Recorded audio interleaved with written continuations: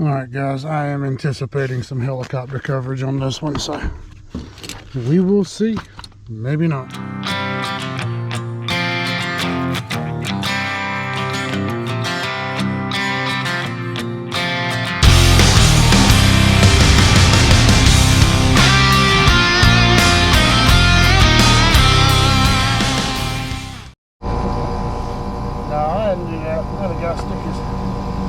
Hand in one time. Holy shit.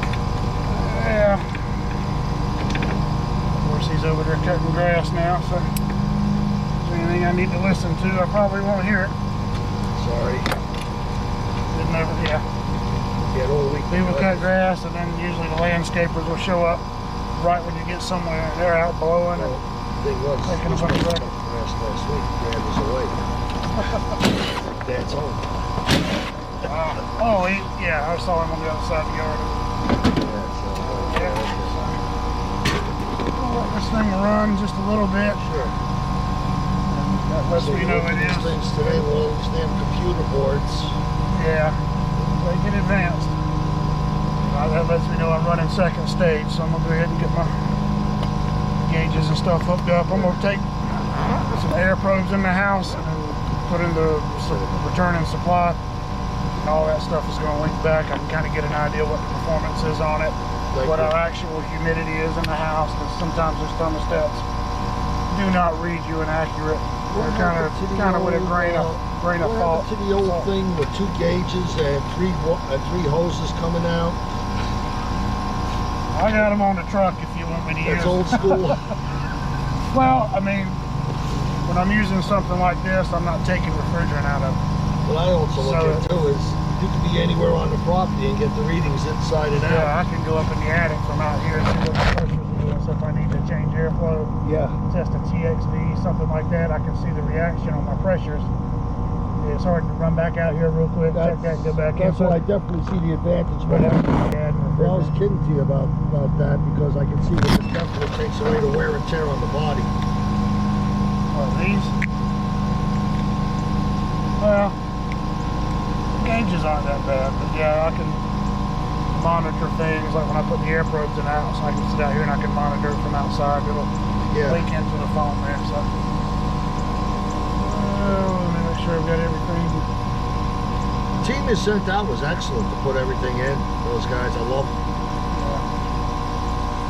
For whatever reason, they're not wanting to link up right now, so let me try the other phone and the other app. See what happens. Bad battery? Yeah, those have batteries. If the phone's not connected to them for whatever reason. So I'm gonna let that run a little bit. Sure. See what my subcooling is supposed to be on this. So it's not like you got you on. No, I'm good. For a target of 9 degrees of subcooling, plus or minus 3.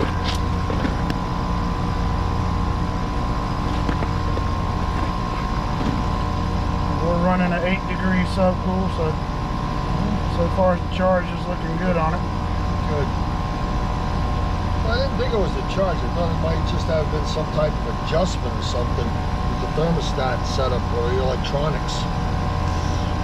No, that stuff has nothing to do with the airflow and all that in this setup. It's all built into it. Run to the air handler, make sure my tonnage is set properly, my airflow is set properly. This unit, the way it's set up, you got 2-stage system, so when it gets a call for stage 1, that air handler is going to run 70% of what your airflow should be in each stage, in first stage. So that airflow on that air handler ramps up from 50 up to 100 over a period of 7-8 minutes.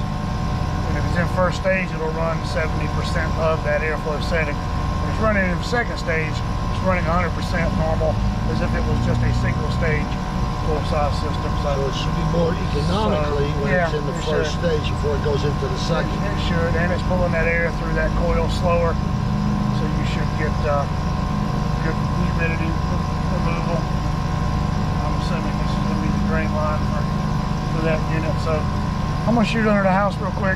Okay. Check my settings under there, but right now I don't know if Everything out here they is moved looking the good. light or what, but if you need a light, there's a drop light we can plug in for you. I should be okay. Yeah, so I'm running an 8.9 degree subcool out of 9, so my refrigerant charge on this thing's right on the money. So, excuse me. So I'm gonna run under the house, check those things real quick. Actually, I'm gonna take some pressure probes in there first. Go ahead and hook those in there so I can get an idea what my humidity is. Alright guys, now we're under the house. I told you that was going to be, I've been to this house before. I came out last year and found this downstairs system. The compressor was shot on it. Tripping the breakers, Goodman. Heat pump, we came out and switched it out to a dual fuel split. Heat pump, gas furnace. So we've got a heat pump, you guys saw that outside, and then we've got a AC coil here. And there's our relay panel. We put in the Honeywell IAQ thermostat on this setup. And this is probably going to end up being nothing. He's the media filter as well. So he just muggy. He's kind of one of those guys. It's got to be, you know, you hear the little noise somewhere. He's got to find out where it's at. So I'm not seeing any issues at this point. I'm going to make sure the airflow is set up right. We've got a condensate pump under here, so I want to make sure that's pumping the water out. I'm sure it is right there. There was water in the end of the drain line when I stuck my finger in there, but if you look at the numbers here, I don't know how well you can see that. So we're running that's my airflow inside. We're running a 74 degrees in there. We're running a 118 and a 298. We're running a 7 out of 9 subcooling. I'd like to see that up a little bit. As far as the airflow, let's see what we're getting on that. Relative humidity, right there.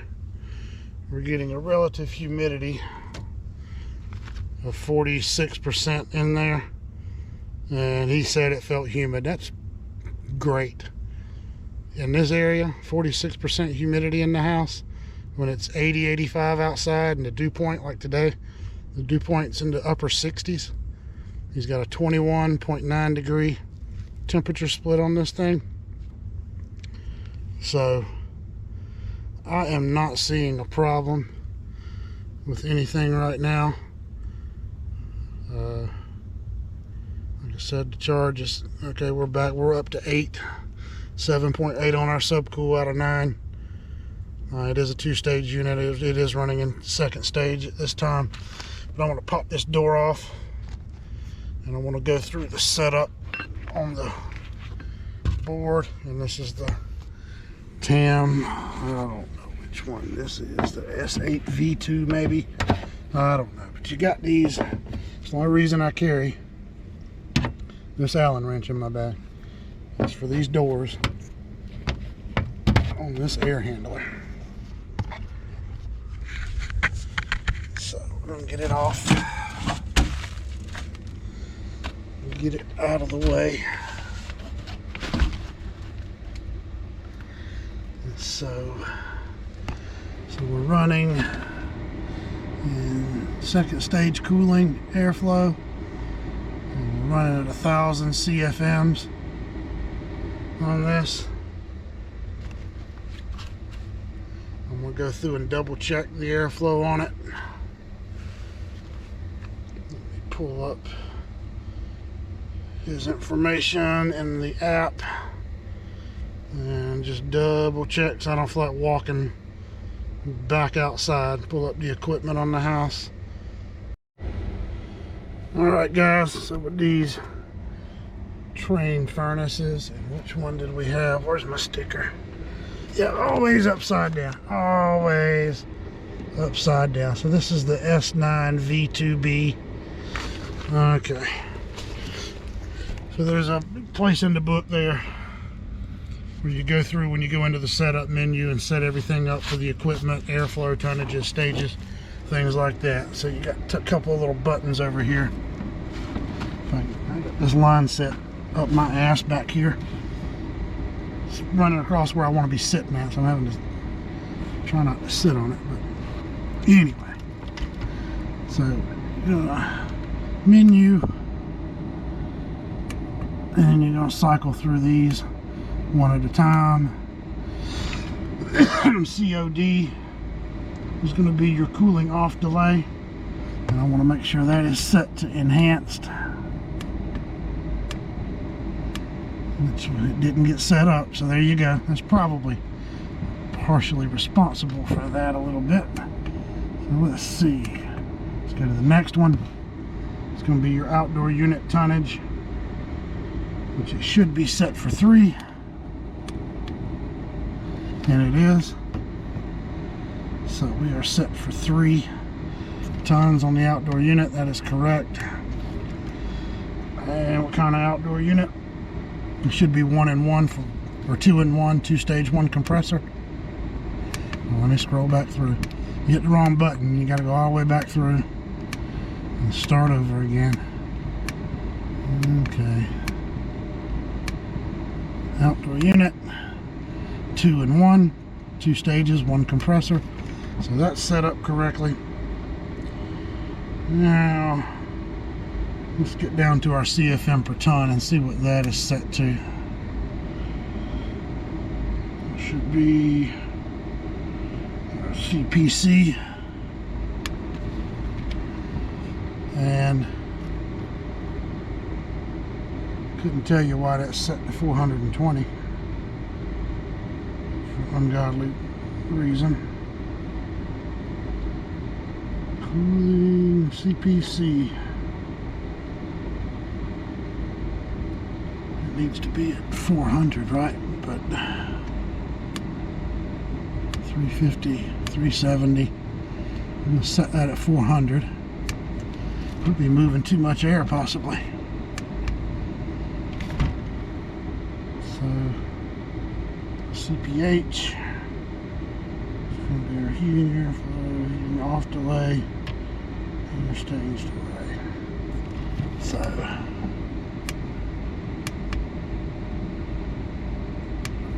our stage delay, you don't need that.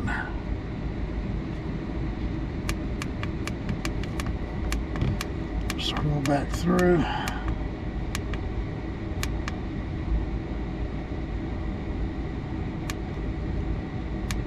And cooling to, and airflow is at 1,000.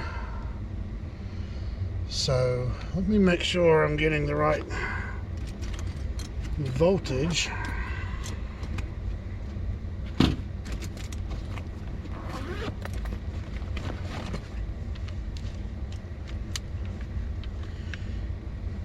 Probably cycle the power. If I'm not mistaken, you can change airflow on these while it's running, and it'll do it in the process. You don't have to turn the power off to the board or anything like that. So let's confirm. Let's see. Common.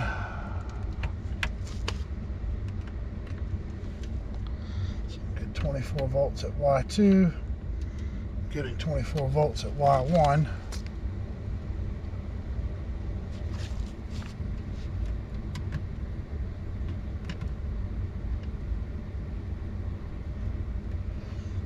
And G. And one more thing. Do you have, make sure I'm getting 24 volts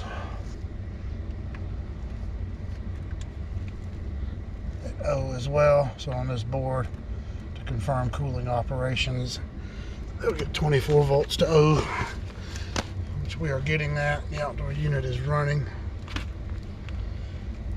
So,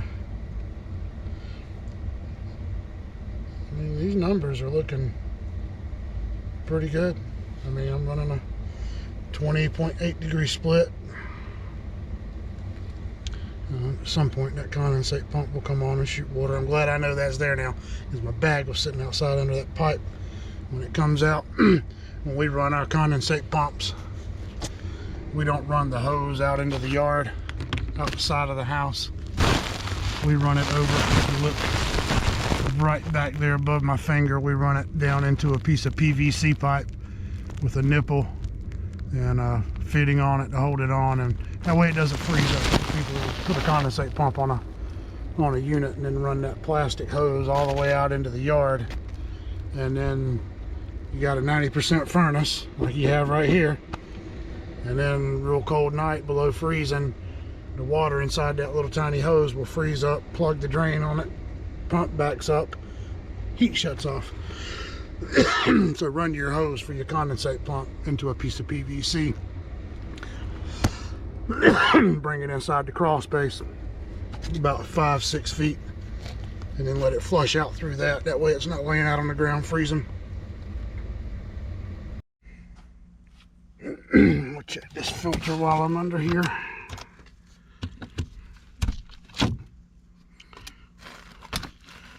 Last replaced in February.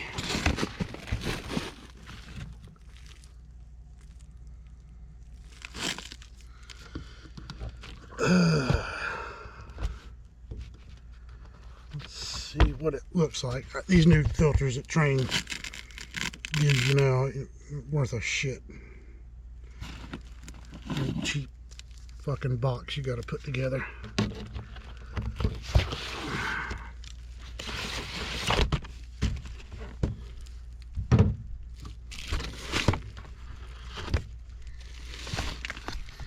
It's not bad. And like I said, this is the downstairs unit, so this thing doesn't run as much as the upstairs in a 2-story house, but the filter looks pretty damn good to me. I mean, it's not, yeah, it's run a light back there. I actually think he's got a maintenance scheduled for next month, so this filter will get changed when we come back to do that. We keep these on our truck.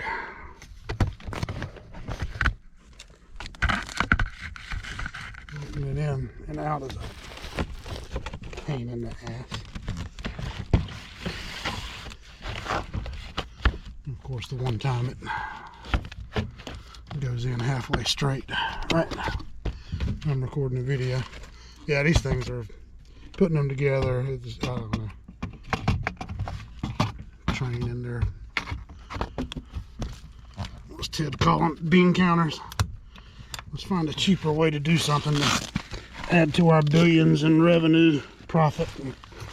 Yeah, but at the same time, make things a little more difficult for the people that are out there selling their product and installing it.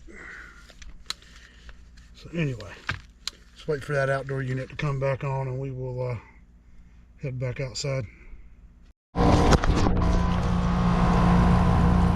Ah, you just missed it. I almost got soaked with the damn condensate pump. But that's what I was talking about. We don't bring that tube out here and leave it hanging somewhere where it can freeze. You know, we run it into some PVC and then run that out of the house. Saves you a stupid no heat call on a weekend. So I've got this thing running. Waiting for it to come back into second stage. Right now it's just in first stage, 1 flash, first stage, 2 flashes will be second. The refrigerant charge on this thing is fine, that airflow. I took about 2.5 years ago over at the Train DSO in our area, which is where their warehouse and all their training center is for this area.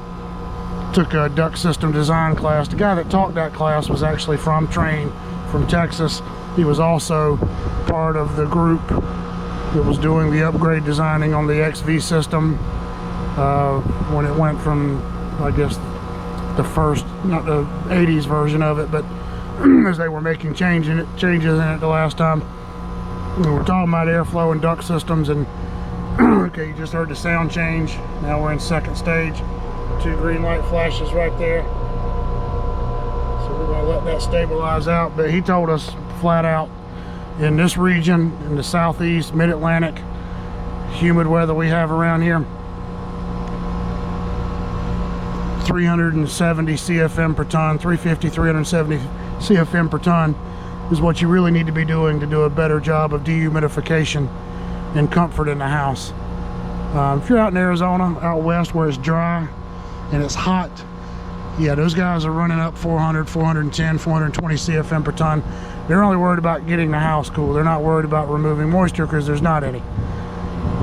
In the area, North Carolina, Tennessee, Georgia, South Carolina, Mississippi, Alabama, Louisiana, Florida, real humid climates. He said flat out, 350, 370 CFM per ton is what you want to do here. With these variable speed systems, this one's a 2-stage, it's not variable speed inverter. But if you're going to run that enhanced blower profile, you want to set the blower at 400 CFM per ton, and it'll do a percentage of that as it cranks up, eventually getting to 400 CFM at like the 8.5 minute mark. But if you're just going to use a PSC motor, X13 motor, even something like this, if it was single stage and you're not going to set an enhanced air profile on it, just run it at 370 CFM per ton. Take that air through that coil a little slower, maximize the dehumidification. So we got a 3-ton unit in there. I changed the airspeed on it. Not running 1200 CFMs. I'm running about 1180 at this point, I think now. So, and that's at full speed. So it's going to do kind of a fine balance of cooling and dehumidification. But I got to tell you, he says something about humidity in the house. Guys, I'm not finding that to be a problem. It felt awesome when I walked in the house when I got here. And if you look right there, the indoor relative humidity is 45.2 degrees in that house. So he's not having a humidity problem. I mean, to be able to maintain that in the mid 40s, and it's what, 85% humidity out here today. We got storms coming in this afternoon, rain. The dew point today is in the upper 60s. His crawl space is also humid and damp. The case coil's sweating just a little bit, and that's, you got vents that you keep open, things like that, but crawl spaces around here are humid and damp.